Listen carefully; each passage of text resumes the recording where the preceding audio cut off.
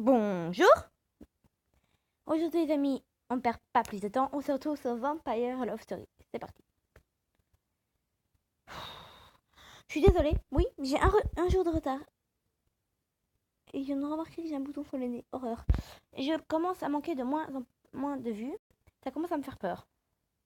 Ah, il fait chaud aujourd'hui. Je sais pas vous, mais moi, une vidéo comme ça, alors qu'il fait chaud, c'est une horreur. Mais comme j'ai loupé hier, bah, je l'ai fait aujourd'hui. Oh, mes oreilles. Mes oreilles viennent de crier. Alors, épisode 5, le 15 du 6 en 1975. Bon, je le sais, bah, c'est pas un numéro de téléphone, ça peut être que ça. Une semaine plus tard, il y a une règle non écrite dans notre ville qui dit que si on n'est pas là depuis plus de 3 jours, c'est parce qu'on a probablement déménagé et vit une vie bien meilleure. Personne ne pense jamais que quelque chose d'horrible aurait pu se produire. Qu'on ait disparu, ou qu'on ait eu un accident, ou qu'on est mort. Non, cela ne pourrait jamais se produire dans notre petite ville. Paisible. Comme si quelqu'un avait brouillé tous nos souvenirs, exprimé tous nos soucis. Je me suis réveillée et par habitude, je suis allée à la cuisine tout de suite. J'ai ouvert la porte du frigo et vu tous ces aliments bien rangés dans les bols colorés.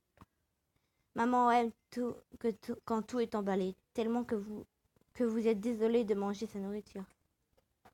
Bonjour chérie. Le fait d'être resté devant le frigo ouvert t'a aidé à récupérer ton appétit? Bonjour. Oui, non, oui. Normalement. Normalement. Oups. Les amis, s'il vous plaît, écrivez dans les commentaires les phrases que j'oublie. S'il vous plaît. S'il vous plaît. Oui, mais seulement si tu me parles pendant que je le prépare. Chérie, je suis très inquiète pour toi. Maman, ne recommence pas. Je ne suis pas déprimée. Je ne vais pas devenir anorexique et tout va bien. Je ne suis pas rassurée. Je sens que quelque chose ne va pas et j'aimerais en parler avec toi. On parlera, on laisse-moi tranquille peut-être. Elle est un peu relou la maman. On parlera. On en parlera maman. Mais laisse-moi y réfléchir un peu. Serons-nous du même avis pour une fois? Je veux seulement qu'elle me laisse tranquille et qu'elle arrête de m'interroger. Je dois sortir d'ici et me promener dans l'air frais. Je sais où ma promenade se terminera, mais personne ne doit le savoir. Mais d'abord, je dois changer mes vêtements. Qu'est-ce que je mets aujourd'hui? Alors, elle dit qu'elle sait où ça va s'arrêter. Où est-ce qu'elle va s'arrêter? Bah, on va prendre le style décontracté, ça fait du bien. La tenue confortable est toujours le meilleur choix. Quelle coiffure dois-je porter aujourd'hui? Si t'es décontracté à fond, ma chérie. Pas de tresse, pas de queue, pas de boucle. Cheveux normal. Parfait. Pub. Yeah. Ces petites pubs, elles sont mignonnes. Hein. Aujourd'hui, une semaine après la disparition de Léa et David, j'ai eu le courage de me présenter devant sa porte. Mon intuition était correcte. La porte n'était pas fermée à clé. J'ai regardé autour de moi et quand j'étais sûre que personne ne me voyait, je suis entrée. Coucou, il y a quelqu'un? Pas de réponse. C'est bien ça, je crois. Oh oh! Non, on veut pas. Quoi? La sonnerie de mon téléphone m'a effrayée. Ah, donc c'était un quoi? D'accord. Pourquoi l'ai-je même apporté avec moi? Une habitude, une mauvaise habitude. Jérémie appelle, dois-je répondre? Non. Non. Je pense que je ne pourrais pas me mentir à propos du fait où je suis. De toute façon, t'as même pas besoin de lui dire. Il ne comprendrait pas. Je ne dois pas être là pour longtemps, alors je vais juste jeter un coup d'œil vite fait. Pour voir si je peux trouver un indice concernant Léa et David. Je sais pas pourquoi ils ont mis un ou, mais bon, pour être. Léa me connaissait assez bien et elle connaissait ma nature curieuse. Elle savais que je ne la laisserais pas juste comme ça. Et que je donnerais de mon mieux pour savoir où elle et David étaient. Où puis-je regarder tout d'abord? Sur le bureau, sur le piano, fouille les livres, fouille les meubles. Bah, sur le bureau. Rien ici. Des vieux magazines probablement à Léa. Oh, génial. Je perds mon temps. Je suis arrivée à la porte d'entrée et j'étais devant le miroir dans le couloir. Il y avait une fille pâle et fatiguée dans le reflet qui ne savait pas pourquoi elle était là. Cependant, il y avait également une autre chose dans la réflexion. La veste de Léa était sur le porte-manteau derrière moi. C'est là, j'en suis sûre. Oui, quelle coïncidence.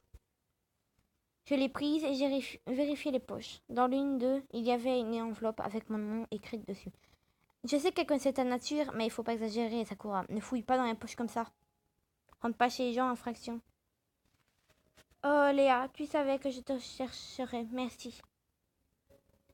Je dois rentrer à la maison le plus tôt possible. Et lire la lettre. Je suis déjà en retard. En retard pourquoi?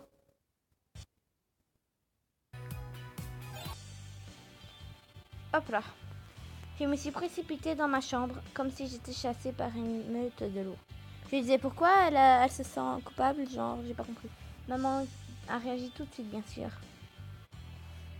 Où est l'incendie, Sakura? J'ai oublié quelque chose, rien d'important maman, j'ai entendu mon téléphone. Ah, j'ai entendu mon téléphone. Je pense que j'ai entendu mon téléphone sonner. Le son est incroyablement fort, oui, je sais. Oui, je me suis rappelé. Jérémy te cherchait. Déjà, je veux dire, il était là? Non, il a appelé, il va venir bientôt. Oh bien. J'ai essayé de paraître calme pour que maman sortirait de ma chambre le plus tôt possible. Sortira de ma chambre le plus. Une fois qu'elle a fermé la porte derrière elle, j'ai ouvert l'enveloppe que j'avais trouvée. Il y avait qu'un morceau de papier avec une date à l'intérieur. Ah, c'est sympa comme indice. 15 juin 1975, d'où la date du 15-17 en 1975. Une date? Cette date ne signifie rien pour moi. Je ne sais pas ce que cette date a à voir avec Léa et moi. Je dois faire une enquête et je ne sais exactement où je la ferai. Où commencer l'enquête? Ah! Cherche sur internet, va à la bibliothèque, demande à maman. On aime notre maman, mais on devrait peut-être lui parler quand même. Demande à maman. Maman! Elle n'a pas entendu. Elle est là au moins. Je suis allée à la porte de ma chambre et l'ai appelée encore une fois. Oui, chérie, tu m'as appelée? Enfin. Oui, maman, je voulais te demander quelque chose.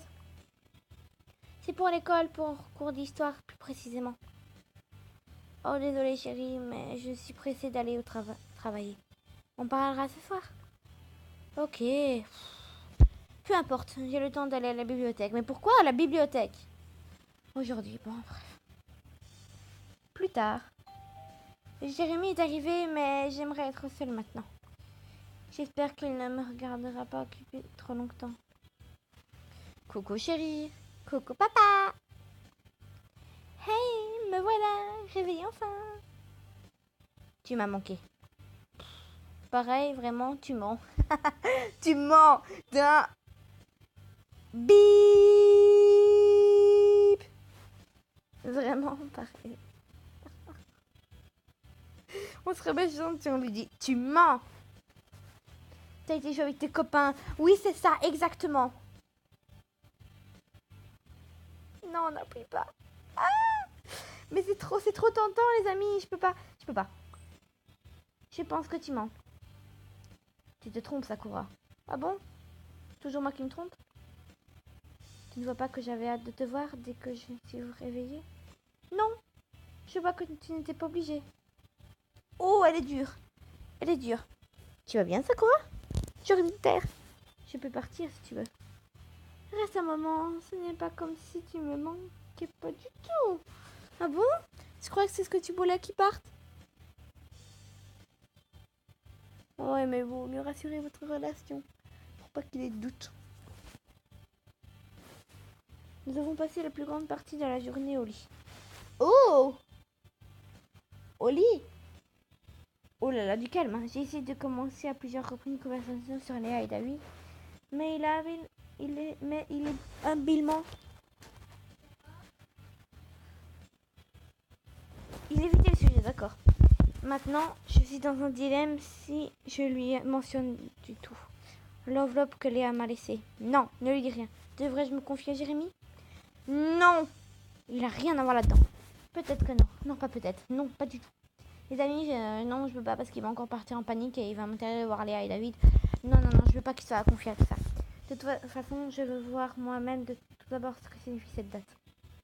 Si c'est une date, peut-être que c'est une sorte de code, je ne sais pas. Maintenant, Jérémy est resté chez moi presque toute la journée. Donc c'était trop tard pour la bibliothèque. Ah, tu m'énerves, Jérémy. Je dois patienter jusqu'à demain.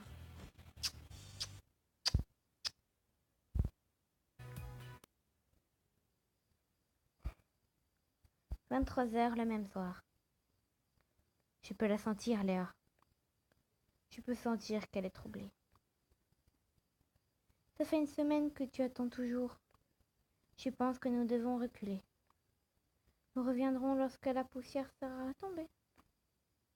Je ne peux pas abandonner. Je ne dois pas abandonner. Quoi, t'es tant amoureux d'elle que ça? Nous avons fait notre possible. Non, Léa. Tu as promis qu'on y arriverait. Je te donne l'immortalité en échange d'une faveur. Et c'est ainsi que tu me remercies? Wow! Tu as cédé à tes sentiments primitifs envers un humain? Ne me parle pas de mes sentiments! Exactement, Léa, défends-toi! Tu penses que je ne sais pas ce que tu ressens pour elle? J'ai dû renoncer à toutes les dernières parties de l'humanité en moi. Le jour où je suis devenue vampire. Le jour où je suis devenue vampire? C'est une question en fait. Tu verras, avec le temps, tu ne sentiras plus aucune compassion pour les humains. Alors, comment les sentiments sont-ils ressuscités en toi? C'est quelque chose d'inexplicable.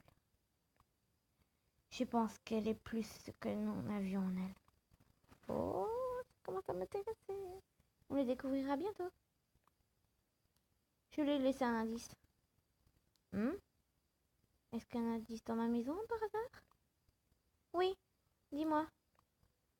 Peux-tu sentir qu'elle était là? Je crois que oui. Nous serons patients. Il adore lever. Oh, je peux laisser l'appel, hein, moi, sinon. L'homme mystérieux appelle. C'est lui. Tu dois y répondre. Non! Oui? Service Rogue à l'appareil. Vous avez été vaincu. Pas encore. Nous avons besoin de plus de temps. Maître vénéré. Comment il s'appelle le directeur de Poudlard? C'est Albus Dumbledore qui répond. Non, je rigole. Amenez-la bientôt. Je vous donne une seconde chance. Il est sympa, le gars. On peut profiter pour regarder le téléphone magnifique. Levé de Vampire et l'image de l'homme mystérieux. C'est beau, c'est beau. Je crois que j'ai oublié un truc. Attendez 2 secondes. Le jour suivant. J'étais devant la bibliothèque juste après son ouverture. Je suis allée au bibliothécaire et j'ai demandé où je pouvais feuilleter d'anciens journaux. Bientôt, on m'a dirigée vers une partie séparée de la bibliothèque, où on m'a apporté un grand livre concernant tous les numéros de journaux locaux de 1975. Eh ben, ça se recherche. C'est trop facile. Le voilà. Le numéro du 15 juin 1975. Comment il a fait pour le savoir que c'était un journal? Maintenant, je dois lire chaque article très attentivement. Tout d'abord, j'ai parcouru le journal entier, en cherchant un titre intéressant. Les images étaient de faible qualité. Bah ouais, il était difficile de dire ce qu'elles représentaient, surtout de reconnaître les visages. Sur la page l'avant-dernière, un article a attiré mon attention. la fierté de notre ville. La classe 1974-75 qui a excellé en école secondaire.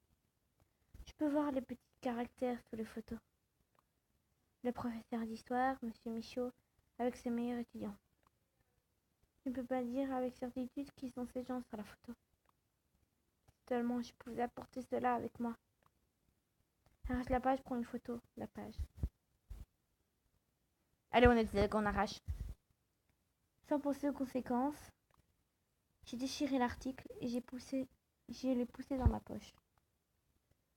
Je l'ai regretté plus tard, mais ce qui est fait ne peut pas être annulé. Côté positif, la vie que nous ne donnons pas toujours de nouvelles chances. Je vais scanner l'image à la maison et l'agrandir sur l'ordinateur. D'où elle dit qu'elle a eu du problème puisqu'elle a pu partir. Enfin, elle dit qu'elle le regrette. Enfin, je veux dire, quand elle le regrette, c'est différent. Quelques heures plus tard, j'étais assise devant l'ordinateur en regardant l'écran. Je pourrais mieux voir les visages maintenant. Je regarde intuitivement les étudiants un par un, essayant de trouver au moins un visage familier. Un mec ressemble beaucoup à l'homme qui a été tué. Pour être plus précis, l'homme que Léa a tué. Oh Léa, j'ai l'impression que tu n'aimes pas ce que tu veux et ce que je trouve.